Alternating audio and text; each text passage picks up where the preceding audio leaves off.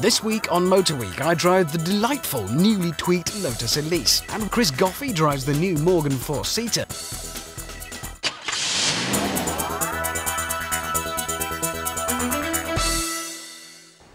Lotus's gorgeous little Elise first sprang onto the market a couple of years ago, something like that, since which it has exploded with success for the company.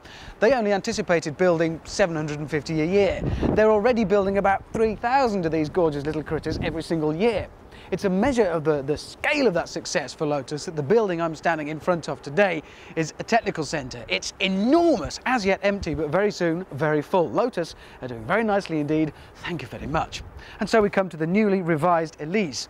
Well, the changes to the exterior are minimal, but it's a kind of minimalistic car. That's what you'd expect, so subtle things. The headlamps are faired in. It's quite a complicated thing to make this. The indicators are now a smoked finish. And if we wander to the back, the anoraks will notice that in future the new Elise has a little black strip here. That's because it's some boring, tedious, probably European legal thing. It's to do with the fact that it has a new rear wheel that's slightly wider and a new specially designed rear tyre. Then at the rear we've got a little wing here, which I'm told does work very well, and that's a good job because there is more power. In the middle here, nestling away, it's got the engine it was always supposed to have, everybody said, the VVC. That means more power, and that power is put to the rear wheels through a new close ratio gearbox, all of which means I'm sick of talking to you and I want to drive it, because that's what it's all about once you've got in.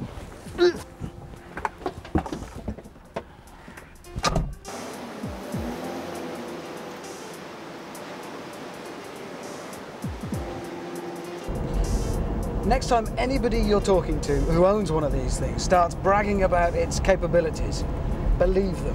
Believe everything. They might be the biggest pub bore you've ever met, but everything they say is true. It really does corner like nothing else you'll ever drive. It stops. The stopping power is unbelievable. And it really is all about communicative controls, and that sounds really, but it is. Everything about the car talks to you. The steering is as direct as it could possibly be without being heavy. The brakes are precisely the same. They're non-servo. And the more you apply the pressure, it sounds obvious, the more it'll brake for you. But until you've really felt a proper braking system like this, you don't know what it's like. It's an absolutely astounding car to drive.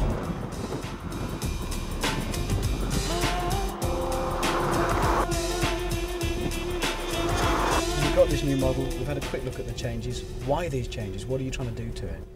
We're trying to open the market up. We've had a lot of our present customers saying, I just like a bit more power.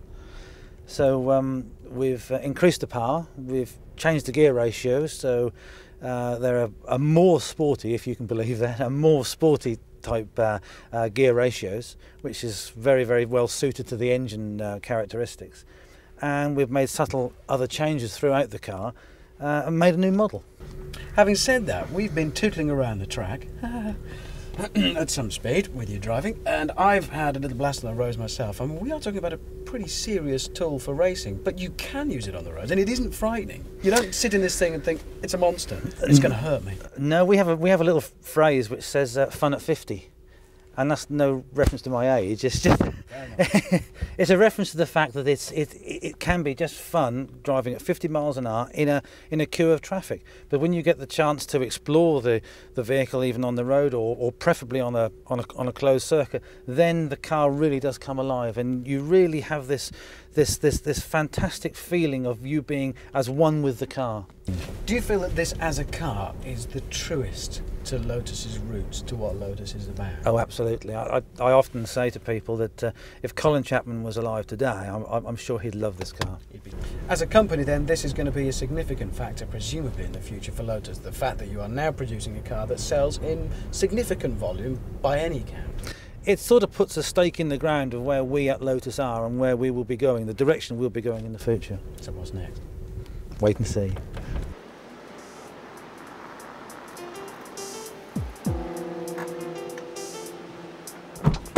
For me, the beauty of the Elise, once you've got out, is in the detail. It is a tiny, lightweight sports car, obviously. It's not even that powerful when you look at it on paper, but of course, put in such a lightweight frame, it translates to an awful lot of power and an awful lot of fun. And it is those details around the car that make it just a delight. For instance, in here, and this would just make my life better, this door hinge, if you can see it, is an absolute delight. The amount of engineering and work that goes into making something like that means that every time I've opened the door in my day with this car, I've just smiled and felt happy.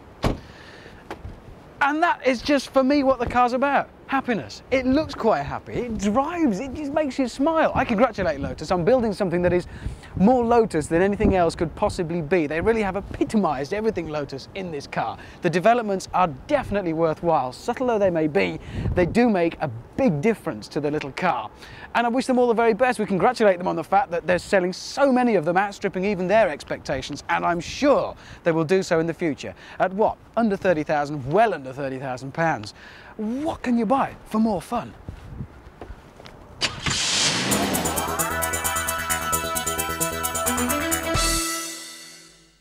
In a world that's packed with every kind of car you can imagine, Honda have decided to invent a new one for us. They've called it the HR-V. So what exactly is it? Take 2 parts compact city car, add an equal measure of sports utility vehicle, throw in a large pinch of hatchback, estate and 4-wheel drive. Blend well and garnish with plenty of accessories. There you have it, Honda's recipe for creating a brand new concept of vehicle that they hope will send the youngsters wild. Yes, Honda have realised that not many young people buy their cars, so they're aiming the HR-V at the dinkies. Double income, no kids yet, or the sinkies, just the same but only one income. Well, tempted or not, what do you actually get for your money? Well, this is the only version of the HR-V on sale yet. It's the 1.6 and it comes with 4-wheel drive. Now, this 1.6 engine is extremely economical and also produces very low emissions. It's just under 14 grand and you get a choice of manual or a CVT, which is Honda's automatic gearbox.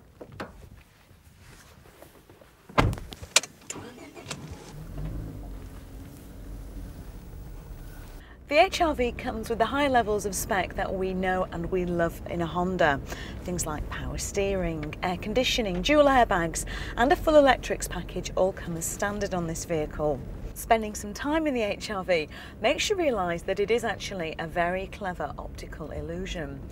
Now, it certainly outside doesn't have the on-road presence of one of those huge off-roaders, but once you get inside, you really do feel like you could be in a 4x4.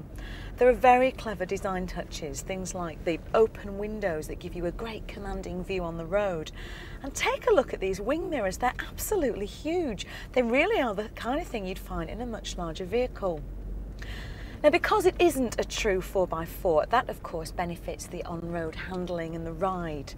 It feels great, you feel like you could be in a car. The automatic CVT gearbox, which features in this version, is great. It's really nice and smooth. The automatic fans and the grannies out there are going to love it, but it isn't going to excite a real motoring enthusiast. But don't worry, because there's plenty more real technology featured with some very impressive names. Things like multimatic transmission, prismatic control, electronic brake force distribution and dual pump 4-wheel drive. Now, the dual pump is actually a very clever system. It's an intelligent 4-wheel drive. It only sends the power through to the rear wheels as well when it's absolutely necessary. Now, the only problem I can see is that only 93% of off-roaders actually go off-road. So I don't know if the 4x4 system in this vehicle will see a lot of action. And again, as usual in a Honda, there are plenty of safety features packed in. Things like G-force control technology and a special kind of body shell that means should you inadvertently hit a few pedestrians, they won't get hurt quite as bad as they would have done before. Do you know, it's funny, I've been trying all day to find somebody to test that feature out for me. Couldn't find one person willing. Oh well. Those of us familiar with Honda's work, of course, know they're a solid, sensible company who take their technology and their cars very, very seriously. Quite terrifying then to read the word funky in the HR-V's press pack. Even more frightening, the words urbane, cool and futuristic. Personally, I reckon the HR-V looks less catwalk cool and more tarts handbag. You'll find alloys, flared arches, spoilers, two-tone upholstery, two-tone interior, lots and lots of bright blue dials. Inside there's loads of room for passengers and all their stuff. There are so many cubby holes and storage spaces in this vehicle that you're absolutely guaranteed to forget where you put your sunglasses. Oh well. Now, Honda are one of those companies well known for their technological advances, and they haven't let us down on the HR-V. They've come up with something new. The removable ashtray, voila! It simply pops out of its position and can be replaced in any one of the 5 cup holders you'll find in the HR-V. Very clever, eh?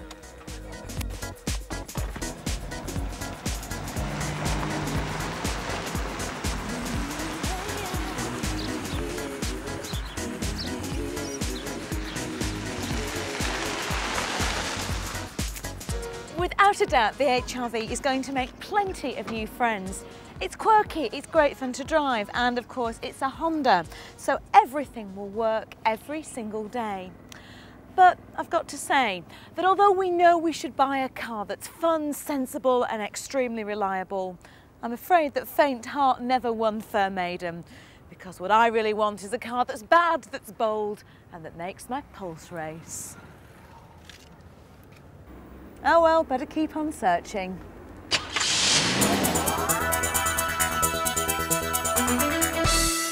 In part 2, Chris Goffey gets all nostalgic over the Morgan 4-seater.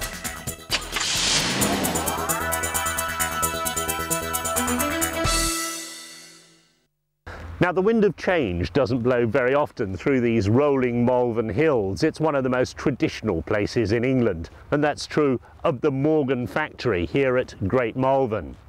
Now, they haven't made a 4-seater Morgan since 1997. That's because the old model just simply would not pass European legislation. Well, now thanks to twin individual rear seats with headrests, substantial ironmongery on the chassis and a new hood and side screens, the 4-seater is set for a relaunch. Let's see how it goes.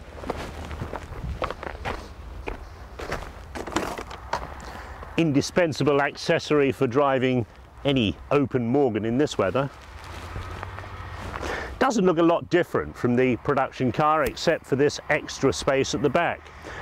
Long side screens that actually make the car amazingly draft free when you're driving along with the top down, and the seats will fold flat to give you extra luggage space if you need it.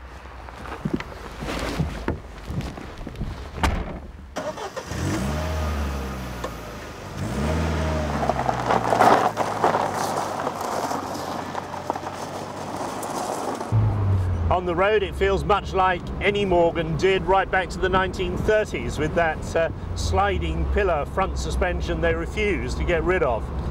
Solid leaf springs at the back, and that means you feel every bump in the road through the seat of your pants. Although you have to say it rides a lot smoother than some of the cars did in the 50s and 60s when they really were bone-jarringly hard. The old 4-seater was fitted with Rover's 2-litre 16-valve unit, and that engine has been discontinued. For the relaunch, they've chosen Ford's 1.9 Zetec engine, very smooth and responsive, and a Ford 5-speed gearbox that changes gear a lot more easily than the old 4-speed crash Moss gearbox I can remember from Morgans of the 1950s.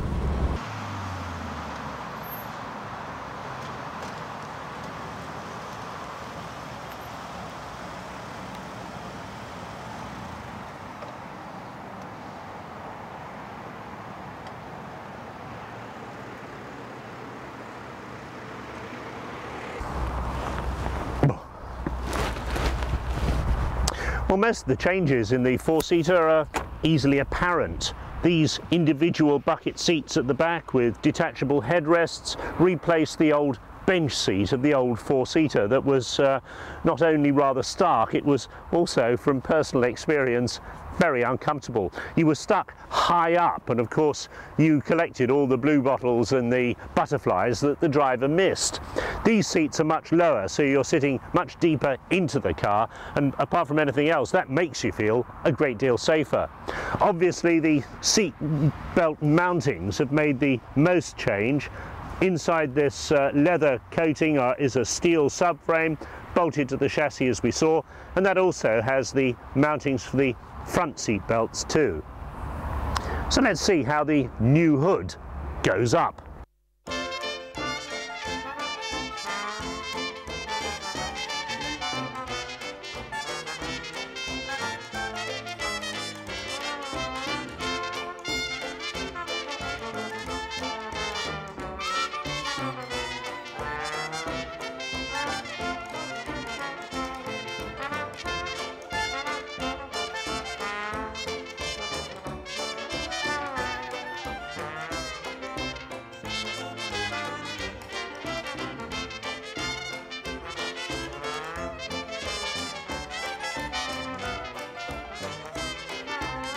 Now Morgan say that's a lot easier to put up than their old hoods with the lift the dot fasteners and zutz fasteners all around the outside.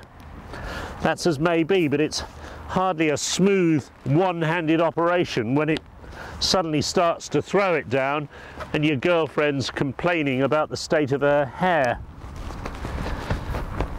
Can lead to a lot of arguments.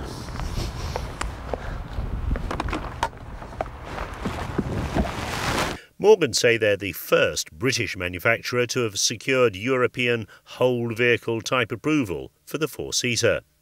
In order to achieve that approval, they had to design a completely new body from the door hinges back, and significant improvements have been made to the safety and ergonomics of the car.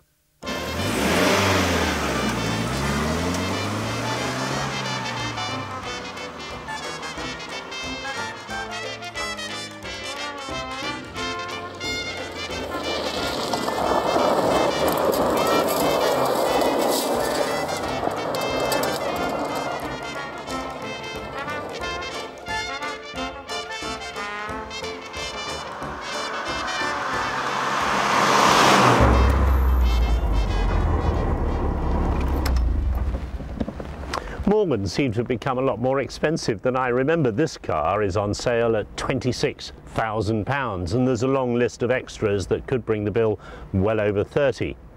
Amongst the extras though is an item that you won't find on Volkswagen, Ford or Rover's price list. For 70 quid they'll give you a photographic record of the build of your car. Now isn't that worth waiting 5 years for?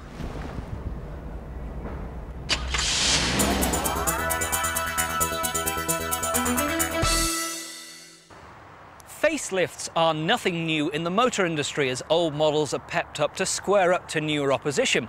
In the Super Mini class at the moment is awash with mid-term facelifts, including Ford's new Fiesta. Ford's little hatch is undergoing its second mid-term nip and tuck. So we've brought along Seat's new Ibiza to see whether Ford have done enough to stave off the latest challenger. Well, the immediate answer is no. To be honest, the Fiesta is getting a bit long in the tooth now, and the new face is only marginally better than the outgoing model. The sides and the rear have been left largely unchanged because to do anything more would involve major tooling changes, which Ford wouldn't want to do at this stage of the model's lifespan. Contrast that with the Ibiza, which gets a much more comprehensive facelift and altogether looks more attractive. The new family face following the lead set by the Toledo creates a fun and perky image.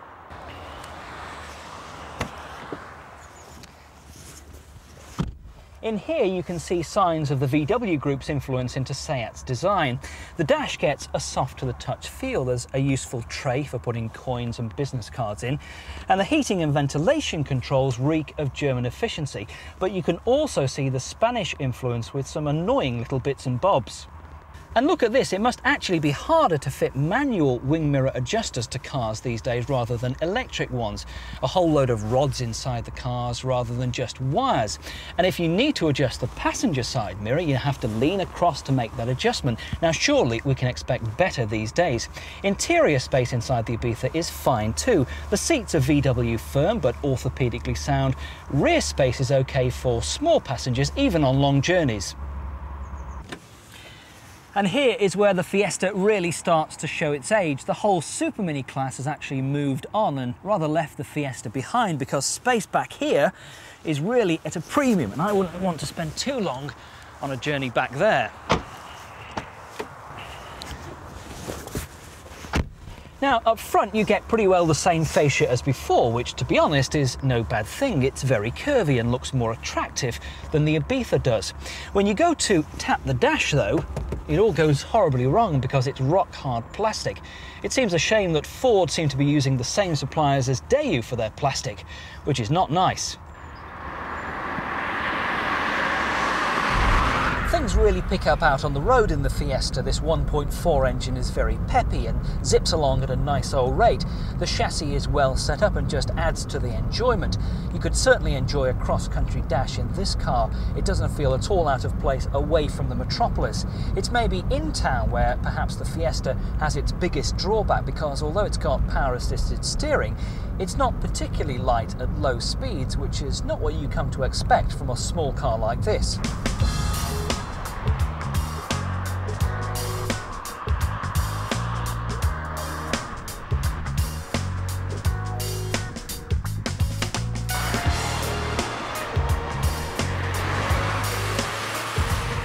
Expect the sporting brand from the Volkswagen Group to provide a sporting drive to really rival the Fiestas, and this car almost pulls it off too. The engine sounds like something from a hot hatch with a multi-valve thrum as the revs rise.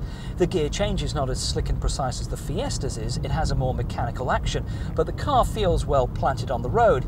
It's just at speed where it's not quite as sorted as the Fiesta is, and it's a bit of a letdown there. In no way though is this a bad car. Sometimes it can scrabble away from rest if really pushed hard in the wet, and that constant engine note could prove something of a distraction, particularly on motorway journeys.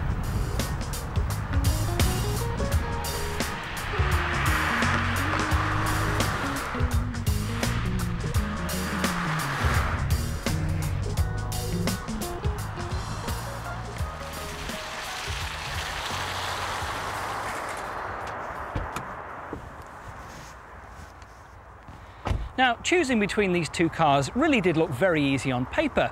The Fiesta really is getting a bit long in the tooth now. It has a very cramped cabin. Well, you know what I'm saying, don't you?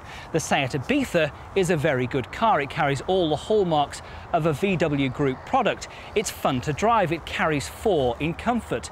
However, if you want a car that's fun to drive around twisty A and B roads, then perhaps the Fiesta will leave you with that bigger grin on your face at the end of the day. But logic has to prevail. We think the Seat Ibiza just about wins through because it does everything else that little bit better.